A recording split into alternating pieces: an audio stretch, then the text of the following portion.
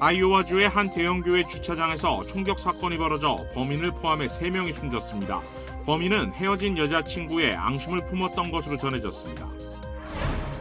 텍사스에서는 탈옥범이 일가족 5명을 살해한 후 차를 훔쳐 달아나다 경찰에 사살됐습니다. LA 카운티 휘발유 평균 가격이 갤런당 $6.27까지 올랐습니다. 샌프란시스코에서는 운전자가 없는 자율주행 무인 택시가 운행됩니다. LA시가 신축 건물에 가스 스토브 설치를 금지하는 조례안을 통과시켰습니다. 향후 새로 문을 열게 될 한식당들의 타격이 예상됩니다. 코로나19 확산을 줄이고자 인천국제공항에 적용했던 비행시간과 편수 규제가 오는 8일부터 모두 없어집니다.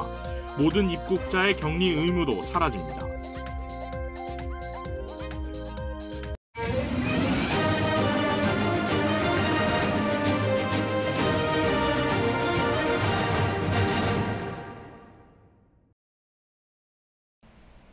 시청자 여러분 안녕하십니까? KBS 아메리칸 뉴스입니다.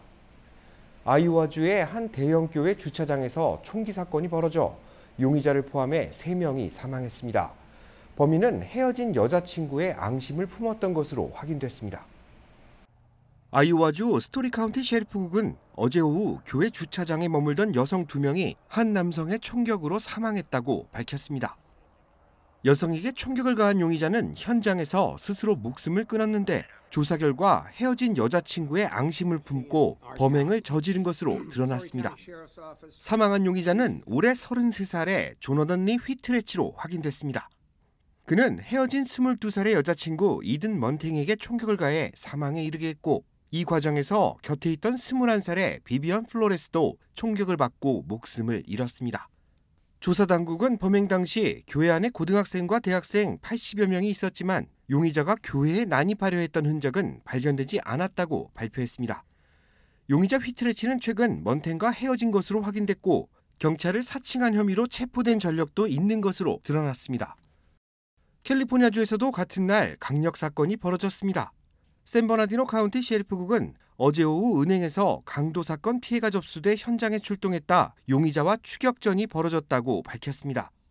추격전은 용의자가 탑승한 차량이 다른 차량을 들이받으면서 마무리됐는데 경찰은 차에서 내린 용의자가 경찰에게 총을 발포했고 대응 사격에 나서 사살했다고 발표했습니다.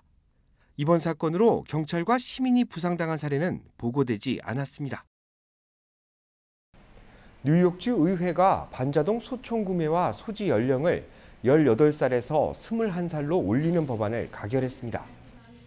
뉴욕주 의회 민주당 지도부와 캐시 호컬 뉴욕 주지사는 지난달 14일 슈퍼마켓에서 18살 총격범이 AR-15 반자동 소총을 난사해 10명이 죽은 참극이 발생하자 총기 구입 연령을 높이는 법안을 발의한 바 있습니다. 이 법은 또 모든 연령에 대해 반자동 소총을 살 때 허가증을 제출하도록 하는 제한도 신설했습니다. 현재 뉴욕주에서는 권총을 구매할 때만 허가증이 필요합니다. 남가주 지역 한인 정치인들도 계속되는 총기 폭력에 침묵해서는 안 된다며 목소리를 높였습니다. 오늘 오전 플러튼 시청에 지역 정치인들과 주민 50여 명이 총기 규제를 상징하는 오렌지색 옷을 입고 모였습니다. 오늘 캠페인은 총기 폭력에 대한 경각심을 일깨우고 총기 규제의 필요성을 촉구하기 위해 열렸습니다. 캠페인에 참석한 정치인들은 학교와 공원 등이 총기 폭력의 전염병으로부터 안전하지 않다며 유권자들에게 총기 폭력의 문제점과 총기 규제안 지지를 당부했습니다. 지난달 죄수 호송버스에서 탈주한 용의자가 일가족 5명을 살해하고 도주하다 경찰에 사살됐습니다. 윤범수 기자가 보도합니다. 지난 2006년 살인 혐의로 종신형을 선고받은 갱단원 곤살로 로페즈. 지난달 12일 교정버스로 이송 중에 수갑을 풀고 운전 중인 교도관을 칼로 찌른 뒤 도주했습니다. 흉악범이 휴스턴과 댈러스 등 대도시로 잠입할 수 있는 위치였기에 텍사스주 전역에 비상이 걸렸고 거액의 현상금이 내걸렸습니다. 탈옥범의 꼬리가 잡힌 건 별장으로 휴가를 떠난 가족이 연락되질 않는다는 한 통의 전화. 경찰이 출동했고 현장에서 숨진 5명의 일가족을 발견했습니다. 경찰은 직후 사라진 가족들의 픽업 트럭을 찾아낸 뒤 250마일가량 뒤를 쫓았습니다. The officer stayed behind him so not to alert the suspect that he was being tailed until we got close to Jourdanton, where Jourdanton police spiked the tires, and then we did get in a sharp pursuit from about the Exxon station behind you, right to here. 타이어가 터진 뒤에도 여러 차례 도로 기물을 들이받으며 도주하던 탈옥범은 경찰과 총격전까지 벌이며 저항하다 결국 어젯밤 10시 30분 사살됐습니다. He didn't want to go back to prison, obviously, and we knew what kind of person he was and what kind of action he probably was going to take. 한편 3명의 어린이를 포함해 숨진 5명 일가족의 신원은 공개되지 않았습니다.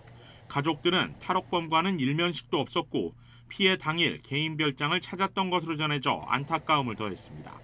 KBS 뉴스 윤범수입니다. LA 카운티 휘발유 가격이 또다시 급등했습니다. 9일 연속 오름세를 기록했습니다. LA 카운티 평균 휘발유 가격은 어제 하루 4.5센트, 지난 9일 동안 17.5센트가 오른 것으로 집계됐습니다. 평균 판매가는 갤런당 6달러 27센트로 전국 평균인 4달러 77센트보다 1달러 50센트가량 높습니다. 국제유가 급등에다 캘리포니아주의 판매가가 다른 지역에 비해 더 높게 책정되고 있는 점도 높은 가격의 원인 중 하나입니다. 남가주 자동차협회는 여름방학을 맞아 차량 운행이 증가될 경우 휘발유 판매가는 지금보다 더 높아질 수 있다고 내다봤습니다. 운전자가 타지 않은 자율주행 무인 택시가 샌프란시스코에서 운행될 전망입니다. 캘리포니아주 공공안전 유틸리티 위원회는 제네럴 모터스의 자회사 GM 크루즈가 샌프란시스코에서 운행하겠다고 신청한 자율주행 무인 택시 영업을 허가했습니다. 샌프란시스코의 덜 붐비는 지역에서 오전 10시부터 오후 6시까지 30대를 운행하는 조건이며 사고 예방을 위해 폭우가 쏟아지거나 안개 낀 날에는 무인 택시를 운행할 수 없도록 했습니다. GM 크루즈 측은 앞으로 몇 주 안에 운행을 시작할 것이라고 밝혔습니다. 지금도 샌프란시스코 일부 지역에서 무인 택시가 운영되고 있지만 만일의 사고에 대비해 운전자가 함께 타고 있습니다. 국내 노동시장이 견고한 상승세를 이어갔습니다. 연준은 노동시장 성적이 양호하고 물가 상승 압박이 이어지는 만큼 금리 인상을 이어갈 계획입니다. 보도에 김양순 기자입니다.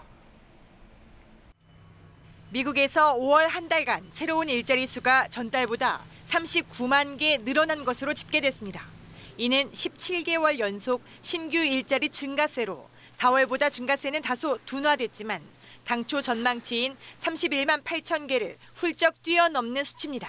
실업률도 감소세를 이어가며 3.6%로 떨어져 2020년 2월 대유행에 접어들기 이전과 거의 비슷한 수준을 기록했습니다.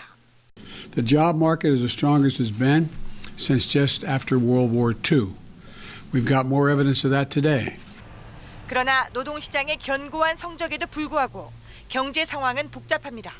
40년 만에 최악의 물가 상승률이 소비자 가격을 끌어올리며 경제를 압박하고 있기 때문입니다. 미국 연방준비제도는 과열된 물가 상승률을 잡기 위해 기준금리를 계속 높여나가겠다는 뜻을 분명히 했습니다. 22년 만에 금리 인상에도 불구하고 미국 경제활동 인구 비율이 62.3%로 다소 높아지는 등 노동 관련 지표가 탄탄한 것으로 드러났기 때문입니다.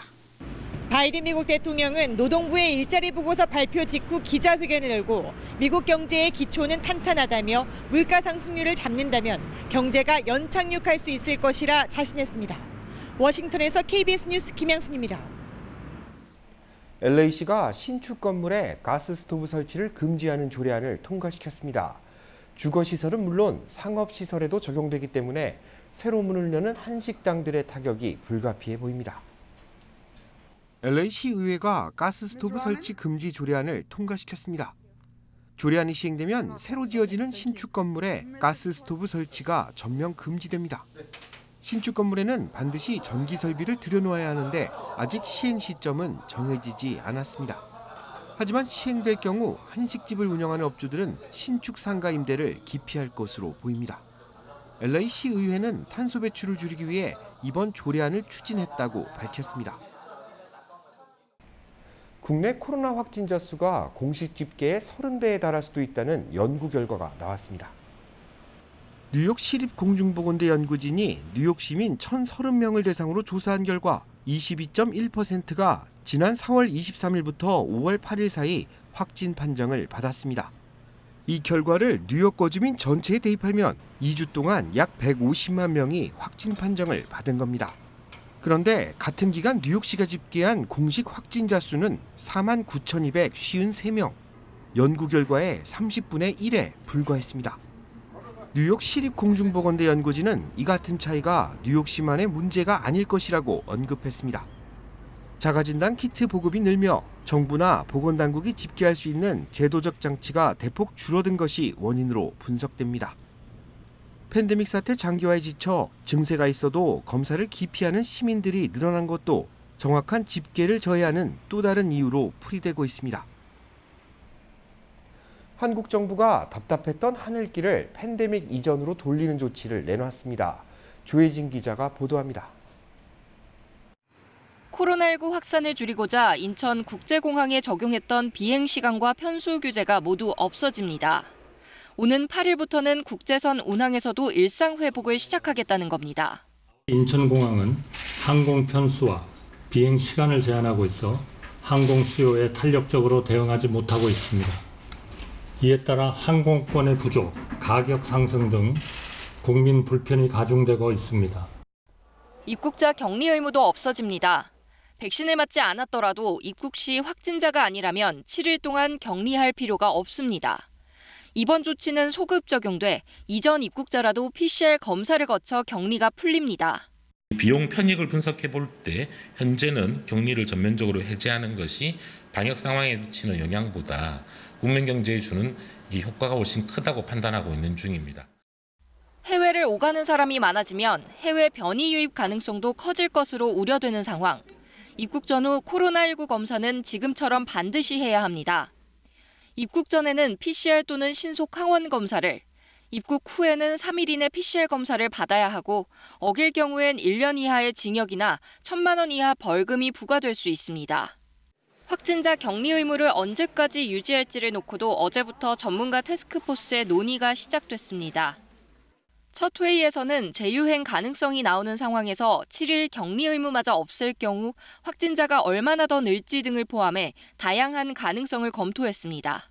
관련 논의는 2주간 이어질 예정으로 변화가 있다면 20일부터 적용될 것으로 보입니다. KBS 뉴스 조혜진입니다. 아시아나항공이 다음 달 LA 노선에 A380 항공기를 투입합니다. 한국 정부의 방역 완화와 여행객 수요 증가에 따른 조치입니다. 아시아나항공은 오는 7월 22일부터 LA와 인천에 있는 노선에 A380 항공기를 다시 투입한다고 밝혔습니다. LA 인천 노선에 투입될 A380은 낮 시간대 월수금 주 3회 운항에 나설 예정입니다. 한 번에 495명의 여행객을 수송할 수 있는 A380은 현재 운항 중인 A350 항공기 대비 170명의 여행객을 더 태울 수 있어 좌석 공급 부족 상황이 다소 호전될 것으로 기대되고 있습니다. 지난 2020년 연방 하원에 도전했던 한인들의 이야기를 담은 다큐멘터리가 제작됐습니다. 박시몬 기자입니다. 이야기는 1992년 LA 폭동으로부터 시작됩니다. 속수무책으로 당연했던 한인타운. 당시 한인타운을 보호해줄 정치인은 단 한 명도 없었습니다. 참담한 비극을 겪으며 분노한 한인들은 하나둘 청계로 진출합니다. 그리고 20년이 가까운 세월이 지난 2020년에는 연방 하원에 도전하는 한인들이 생겨나기 시작했습니다. 다큐멘터리를 제작한 전우석 감독은 정치력 신장이 있어야 주류 사회에서 소외되지 않고 한인 사회가 발전할 수 있다고 말합니다. 앞으로 저희가 한국 문화뿐만이 아니고 어떤 정치에 좀 더 깊숙이 개입을 하고 이런 정치적 신장을 높이고 또 정치를 하려는 한인들을 만약 그들이 올바른 방향성을 갖고 있다면 적극 지지할 수 있는 우리 교민 사회가 됐으면 좋겠습니다. 다큐멘터리는 2020년 당시 연방 하원에 도전하는 5명의 이야기를 다각도의 시선으로 집중 조명했습니다. 진짜 그런 코리안 아메리칸 아이덴티티를 가지고 그걸로 가지고 진짜 선거를 나가는 거구나. 사람들이 다 그냥 한국 사람이라고만 하는 게 아니고 그래서 이 영화를 보시고 난 다음에 이제 아마 그거를 많이 느끼실 거예요. 모든 분들이. 미주 한인 사회에서 꼬리표처럼 따라다니는 4.29 폭동은 한인들에게 지울 수 없는 큰 상처를 남겼지만 결국은 한인 사회를 더 발전시키는 계기가 됐습니다. 저는 4.29가 너무나 중요하고 우리가 우리의 정체성을 정의하면서 반드시 빼놓을 수 없는 필수적인 역사적 사건이라고 생각합니다. 재미 한인 2세 전우석 감독의 다큐멘터리 초선은 오는 10월 한국에서의 개봉을 앞두고 있습니다. KBS 뉴스 박시몬입니다. 내연기관에서 전기차로의 전환이 본격화됨에 따라 차량 정비사들의 미래가 어둡다는 조사 결과가 나왔습니다. 보도에 김경일 기자입니다. LA 한인타운의 한 정비소. 밀려드는 차량들로 정신없이 바쁜 일정을 보내고 있습니다. 그러나 고민이 늘고 있습니다. 휘발유 가격 상승으로 전기자동차 시대가 빨라지고 있기 때문입니다. 타이어하고 브레이크도인데 전혀 그런 것도 이 정비소에서 할 것이 없어요. 이제 그러니까 점점 이제 사양 사업 중에 하나가 이제 정비소에 또 어려워지는 거예요. 오너는 정말 어려워지는 거예요. 이제 할 게 없어지니까. 캘리포니아 대기정화국은 전기차가 내연 차량보다 많아지는 2040년이 되면 현재 6만여 명의 차량 정비사는 2만 8천여 명으로 줄어 절반이 넘는 3만 2천여 명의 일자리가 사라질 것으로 전망했습니다. 캘리포니아주는 2028년 신차와 소형 트럭의 51%가 전기차로 바뀌게 되고 2035년엔 100% 전환됩니다. 타운의 한 정비소는 전문 분야에서 경쟁력을 높이고 관련 업계로도 눈을 돌려 전기차 시대에 대비하고 있습니다. 지난 10년 전부터 차량 정비를 아버지에게 배운 아들은 내연 차량뿐 아니라 전기차에도 필요한 바디샵 분야로 사업을 확대했습니다. 하지만 전기차나 신차의 기술 발전으로 차량에 센서가 많아 외형 복원 시 필요한 공부가 늘었다고 합니다. 바디만 했지만 실제로 테슬라 무슨 불이 들어 계기판에서 무슨 불이 들어오면 진단할 수도 있고 지금 고민하고 있어요. 왜냐하면 계속 전기 때문에 공부를 많이 해야 하니까요. 더 깊은 전기를 아직도 배울 것이 많아서요. 2대째 이어지는 이 정비소는 본격적인 전기차 시대를 앞두고 새로운 기술 습득과 함께 서비스 분야를 조금씩 확장하는 길이 앞으로 정비업계가 살 길이라고 강조했습니다. KBS 뉴스 김경일입니다. 한 주간 증권 상황을 돌아보고 다음 한 주를 전망하는 주간 증시 브리핑 시간. 아티스 캐피탈 김재환 대표 나오셨습니다. 안녕하세요. 네, 안녕하십니까. 이번 주 시장은 매도와 매수 사이에 힘겨루기를 좀 하는 것처럼 보였는데요. 악재가 정말 많았지만 시장은 어떻게 보면 호재로 해석됐다 이렇게도 보는데 어떻게 보십니까? 일단 간단하게 말씀드리면 이번 주도 떨어졌습니다. 주식시장이. 그러니까 지난주를 8주 만에 처음 상승한 주로 기록하고 그 상승 모멘텀을 이어가기를 기대했는데 이번 주 연휴가 끝난 다음에 화요일 떨어졌고 수요일 떨어졌고 어제 잠시 한번 잠깐 반등했다가 오늘 또 폭락했습니다. 그러니까 결과적으로 하루 오르고 3일이나 떨어진 이번 주도 어김없이 하락한 주로 마무리했습니다. 그렇게 되면 결과적으로 뭐냐면은 지난주에 3대 지수가 거의 비슷한 수준으로 6% 이상 폭등을 했습니다. 엄청나게 올라갔었는데 이번 주는 또 비슷하게 3대 지수가 거의 0.9%, 1% 정도 이제 하락하는 걸로 그쳤기 때문에 지난주 반등했던 것이 완전히 통으로 다 날아가 버린 건 아닙니다. 아직까지 남아있긴 하는 거지만 지난주 반등이 또 베어마켓 랠리로 끝나는 거냐, 데드캣 바운스로 끝나는 거냐, 아니면 이번 주가 진짜 잠시 일시적인 숨고르기로 마무리되고 다음 주에 다시 또 회복세가 재개될 수 있느냐. 이게 관건인데 특히 이제 이번 주 같은 경우는 악재들이 살찌게 많았습니다. 그러니까 악재라고 얘기하면 항상 맨날 똑같은 소식을 매일매일 반복하는 것처럼 금리 인상에 대한 거, 경기 침체에 대한 우려 같은 것들이 투자 심리를 한마디로 매번 짓누르고 있다고 해도 과언이 아닙니다. 근데 거기다 또 더해서 마이크로소프트가 이제 어제 같은 경우는 마이크로소프트가 나와서 이제 다음 분기 예를 들어서 수익 매출 전망을 낮춰버렸습니다. 갑작스럽게 낮춰버리고 또 그거에 대해서 영향이 있기 때문에 주식시장은 떨어졌는데 어저께는 기적적으로 진짜 주식시장이 놀라울 정도로 나중에 끝나서 랠리 모드로 끝났기 때문에 상승 반전을 한 거죠. 자, 그랬는데 오늘 같은 경우는 뭐냐? 비농업부문 취업 추세가 예상보다 많이 나왔습니다. 그러니까 고용 지표가 좋게 나온 건데 지금은 고용 지표가 좋게 나온 거가 주식시장에서는 안 좋은 영향으로 되는 겁니다. 왜? 아직까지 고용시장이 탄탄하니까 금리는 더 오를 수가 있다. 또 이런 식으로 해석하는 거죠. 또 그랬는데 올해 같은 경우도 테슬라가 또 나와서 뭐 나왔다는 것보다도 이제 테슬라 CEO가 일론 머스크가 한마디로 경기 침체를 우려해서 당분간 뭐 하회로 고용을 하지 않겠다, 뭐 10% 감원할 수도 있다, 이제 이런 소식이 들면서 테슬라가 거의 폭락 수준으로 떨어지면서 뭐 전체적으로 이제 분위기를 완전히 악화시켰다고 볼 수 있는 거죠. 이달 1일부터 양적 긴축이 시작됐잖아요. 이 영향을 좀 미치고 있습니까? 그렇죠. 양적 긴축도 이제 6월 1일부터 딱 시작된 거니까 어떻게 보면은 이것도 이제 양적 완화가 있고 긴축 완전히 반대니까 돈을 계속 걸어들인다는 얘기입니다. 결과적으로는 2017년도에 양적 긴축이 있었어요. 근데 그때는 진짜 3개월마다 100억 달러 정도를 걷어들였다고 하고 최대 500달러까지 하면은 이번 6월 1일부터 시작된 거는 뭐 5년 전과 비교했을 때는 이제 비교할 수 없는 큰 규모라는 얘기죠. 한마디로 뭐 한 달에 475억 달러까지 걷어들이고 또 9월부터는 950억 달러니까 진짜 한마디로 물이 빨리는 것처럼 쫙쫙 그냥 돈을 걷는다는 얘기니까 한마디로 이것도 이렇게 되면 또 경기 침체가 되는 거 아니냐. 그러니까 연준은 지금 상당히 애매한 위치에 있는 건데 지금까지 100년 동안에 이 정도 위치까지 있다고는 제가 뭐 들어본 적이 없는데 한마디로 금리를 너무 많이 올리면 경기 침체, 안 올리면 물가를 못 잡고 결과적으로 이제 이게 계속 이제 한마디로 투자 심리를 압박했다가 잠깐 진정시켰다가 또 압박했다가 뭐 이런 식의 이제 악순환이 계속 이제 고리가 끊어지지 않고 있다는 얘기죠. 다음 주에는 그 소비자 물가지수 등 중요한 발표들이 있죠.